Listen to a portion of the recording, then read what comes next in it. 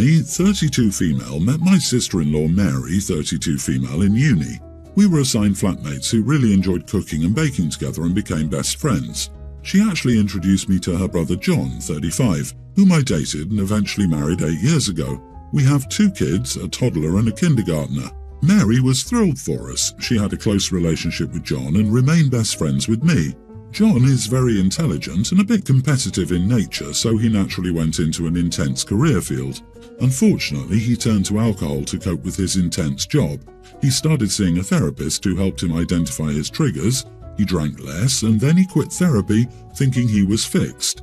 He started it again after a while. He did the find a therapist, control his problem, quit therapy process 4 times over 5 years. Each time he'd make promises and agreements. We had 2 kids along the way, the first before I realized how serious the problem was, and the second after he agreed to quit completely and get fully sober. He went back on that promise and said he wanted to be in control and only have 1 or 2 drinks a week. He never got completely sober. He'd flake out on promises to the kids and me. He'd go out with friends who encouraged him to drink and have 2 or 3 drinks, and then start buying bottles of vodka and gin again. Finally, after the 3rd time he quit therapy, I gave him an ultimatum: get sober or I was leaving him and taking the kids. I followed through with it. Mary and I stayed best friends after college, but John asked me to keep it secret from his sister the first time and didn't want her to think he had a problem. He was my husband, so I agreed if he worked on staying sober. When I divorced him, it appeared out of the blue to Mary and their parents, who couldn't understand why I would up and leave their brother and adamantly take the kids, only letting him have visitation. Mary blamed me for the divorce and wanted to end our friendship, so I told her the truth, that I loved him and still do. Still, I wasn't willing to spend the rest of my life and ruin my kids' childhood, setting ourselves up for disappointment over and over again when he wouldn't stay in therapy or stay sober. Mary was horrified after I told her about everything. She got very emotional when I admitted to her how I often let myself get excited about plans her brother made with the kids or me, only to be flaked on when her brother poured himself a drink after work. She went to give John a piece of her mind and asked him to get his act together. John's now extremely upset at me for spilling his secret that I'd promised to keep because Mary's image of him is now rubbish, and his parents are disappointed in him too. I think I had a right to explain myself to my best friend, and I no longer had the promise to keep after he broke his end of it. Am I the idiot? You are not the idiot. What did your ex-husband expect? That you would take the blame for the divorce that happened because of his actions? To keep his reputation clean? What has he done to deserve that? No, you shouldn't be expected to keep such a secret on his behalf. Keeping his secret is a form of enabling. It hurts everyone involved. You did nothing wrong and may give him a nudge to seek actual sobriety. I truly hope your husband finds his way to real sobriety, but you cannot make him be if he is not ready. You have to take care of yourself and your family. Oh no, the consequences of his actions. He thinks everyone else needs to sacrifice for his actions.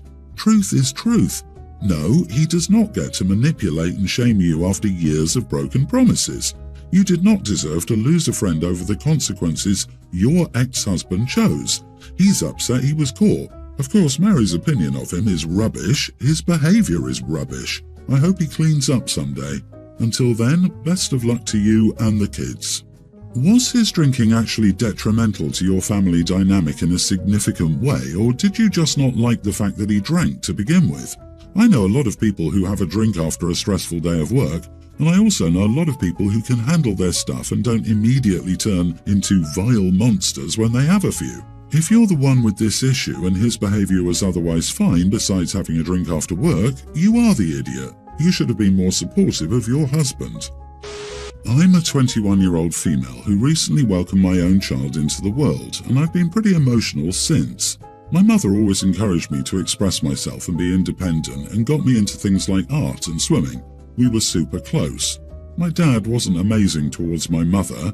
He decided who she saw, what she ate, and how she dressed. But they separated when I was 12, and his behavior didn't change how he treated me because he was a great dad. Until I was 16 and he passed away, he was still trying to rekindle his relationship with my mother and improving via therapy. I know it wasn't her job to forgive him, but my dad fully believed she was his soulmate, and up until his death, he was apologizing and trying to get better for her. 4 years ago, my mother got with Candice and came out as bi. She said her parents wouldn't have accepted her, but now she has nobody to hide from. I would have accepted it, but then 2 years ago they had a son and they're talking about another child. I did ask my mother if she felt a little old to be bringing another child into this world younger than her granddaughter, and she said, in front of my husband and in-laws, that you're never too old when you're with your soulmate. I did get upset. I said that it's a little insensitive when she never considered my father her soulmate. Considering everything, he always tried to get better for her, to support her, and even if she didn't believe that, she shouldn't have said that in front of her child, especially when she's been with Candice for 4 years versus her first love, the 15 years she was with my dad. She went silent and the meal was awkward. My husband apologized on my behalf, and I told him not to. My mother's new partner called me a massive narcissistic idiot and left. Am I the idiot? You are the idiot. So your mom is supposed to just forget that your dad treated her like a pile of dog crap he had the misfortune of stepping in just because your dad finally got his act together? He was controlling and abusive and only walked that behavior back when he realized your mom wasn't bluffing about leaving him in the rear view. That's not a soulmate. You acknowledge that your dad was abusive to your mother, but you're bitter that she finally found someone who truly makes her happy? What the heck is your problem? Let me tell you something, she doesn't owe your dad crap, okay? She is happy now and has found her soulmate, and if you can't be happy for her, then that's too bad for you. But you don't get to make her feel bad for it. Wow, you owe your mom an apology. I'm surprised she resisted all those years with him. She probably did it for you. She was probably afraid that your dad would manipulate you, which he did. With all the, I'm trying to be better for her but she won't take me back, laying the blame at her feet instead of admitting his own fault, and, more importantly, not putting you in the middle of their problems. Your mother deserves to be happy and be with someone who loves and respects her. I have a feeling that living with your dad was much worse than you describe, which sounds bad enough as it is. Grow up. My 50 female daughter, Teen, has always had bad period pains, but has always been one to over-exaggerate her pain, and she has low pain tolerance. She's been on birth control for about 3.5 years to deal with this. This past week, she's been complaining about having severe pains. She said it had been on and off for about a week. However, she says the past 36 hours have been non-stop unbearable pain, and she's been crying about the pain. She spent most of her school day in sickbay with a heat pack and Panadol. I told her I would try to book a doctor's appointment. Still, the first one I could get for her outside of school hours, she's not missing school for something as trivial as period pain, was 11 days away. She claims that'll be useless to her, but I don't know what she wants me to do. I tried giving her a heat pack, but she claims they're useless and don't do anything for her. I don't know what she wants me to do, and she's been angry with me all afternoon, barely speaking to me and only grumbling answers or just yelling at me. So, am I the idiot for not doing anything? You are the idiot. I didn't even need to read the whole thing. As soon as you defined her pain for her and brushed it off as low pain tolerance, you became the idiot. How do you know what it feels like to be her? Poor girl is having her pain dismissed because you think you know best. The misogyny is coming from inside the matriarch. Poor daughter. OMG, are you serious? Your daughter has been crying in unbearable pain for 3 days. Take her to the doctor or urgent care. This is neglect. Stop being an idiot and get your kid to see a doctor, even during school hours. She is missing school by spending them in sickbay. Taking her to the doc will likely make this absence shorter if that's what you're worried about. Please do not assume that this is inconsequential. She needs help. I can assure you that this level is not normal. She could be having a medical emergency, but you're wasting time asking strangers on the internet for parenting advice. Come on, man. She could have ovarian cysts, which can twist and cause unbearable pain, or a blood clot from taking the pill for so long at such a young age. Still, you can't shift your backside to get her medical attention. She's having period pain, but you wait until after her period for her to be examined. Stop wasting time and take care of your daughter, who is suffering. Shame on you. I, 37 male, and my wife, 31, live in a suburban area. I commute to work in a nearby city every day and she stays at home. We have no children. My commute is generally about 2 hours. I can shorten this by 10 to 20 minutes with some good timing and luck, but it's a long commute for the most part. Now, what has often been a source of friction in my marriage is that 9 times out of 10, the moment I step in the door, my wife asks me to do something. She always has some miscellaneous chore that cannot wait. She wants me to take out the trash, make dinner, wash some dishes, or whatever else. I've told her repeatedly that I need some time to unwind from work and then I'll happily do it. Last Thursday, after I asked her for time to relax, she said I had 2 hours to relax after work. She insisted my commute home was plenty of time to listen to music and unwind. When I explained that driving in traffic was probably more nerve-wracking than work, she said I was sitting on my butt. This Monday, I woke her up and said I had a special surprise for her. She assumed that I'd taken the day off work and we were going somewhere special. She got dressed and we got in my car. I got to the freeway where I told her we would spend the next 2 hours sitting in traffic together, seeing as she considers that leisure. She immediately got upset at me for lying to her. We argued for about 20 minutes until she stopped responding. Then she started watching Netflix on her phone. Then she asked me to drop her off somewhere so she could Uber home. I did not. We got to my office building and she immediately jumped out of the car to find something to do. I went to work as usual, but she was nowhere to be seen after I finished and not answering texts. Finally, I called her and she picked up the phone to tell me she'd taken an Uber home in the afternoon, then hung up on me. Since I did this, she hasn't said more than a word or two to me at a time. She seems upset, but did I take this too far? You are the idiot. Your escalation is terrifying. Your wife was annoying, but you lied and tricked her into your car where you didn't let her out when she asked.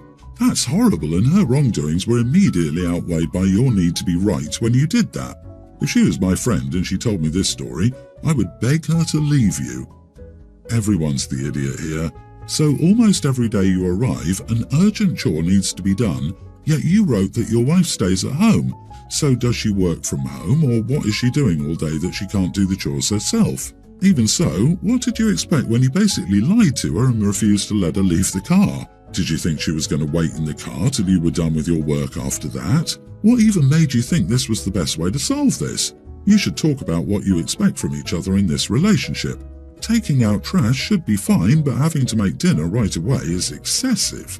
What a horrible life you all have. The whole thing seems immature and awful. Dude, that's a whole realm beyond taking it too far. I'd divorce someone for this. Honestly, just move. I don't care how much you love your quaint little ex-herb, there has to be a job closer that's basically the same. Disagree. OP's not the idiot.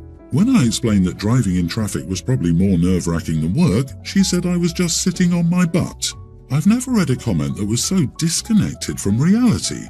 You two need to sort this out, as your wife's outrageous behavior can potentially ruin your marriage. She is 1000% wrong. On a side note, I'm not sure she learned her lesson. After all, she was able to take an Uber home. A more fitting lesson would have been to make her drive, both ways, and make sure that she leaves her cell phone at home all day. It's not safe to use a cell phone in the car anyway, so she would have driven you to work, waited for you all day without her cell phone, and then drive you home. And as soon as you two walk in the house, you should have demanded that she cook dinner for you right damn now, and enforce it. Only then might she have gotten the message. Or maybe not. I, female 19, have an older sister, 30. She has 3 kids, female tween, young male child and male kindergartner. I have to babysit a lot for my sister as she's a single mom. She's also disabled and has to go to many doctor appointments and treatment sessions at the hospital. Recently I was babysitting while my sister was at a hospital appointment. My niece, who we'll call Sky, was getting really angry as her younger brothers kept asking if they could go play games on her phone even though she told them no. I told them to stop bugging her or they'd go in timeout and got them to go do something else. Around an hour later, they started bugging Sky again and she lost her temper and started screaming at them and said if they didn't stop asking to play on her phone, she'd break it. They thought it was really funny and kept pestering her.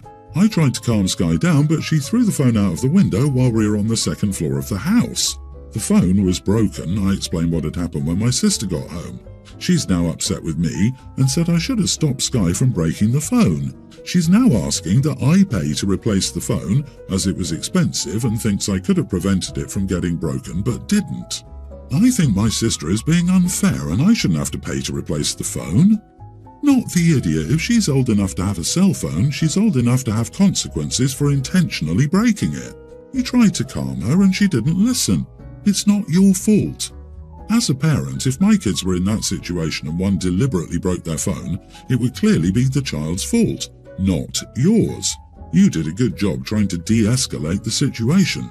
Sky would no longer be allowed a phone if I were her mom, as she's not acting mature enough to take care of one.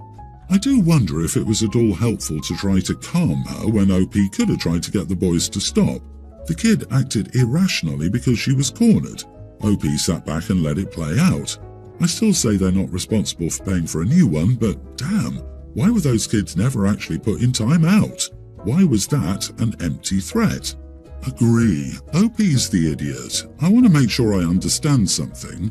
You, an adult, watched as the boys repeatedly harassed their sister and basically did nothing to stop them. I mean, yeah, you distracted them the first time, but you said that they found her threat funny and intentionally kept harassing her, and you didn't stop them? Why didn't you take the phone away? Why didn't you put the boys in timeout the second time? Why did you let them harass another child?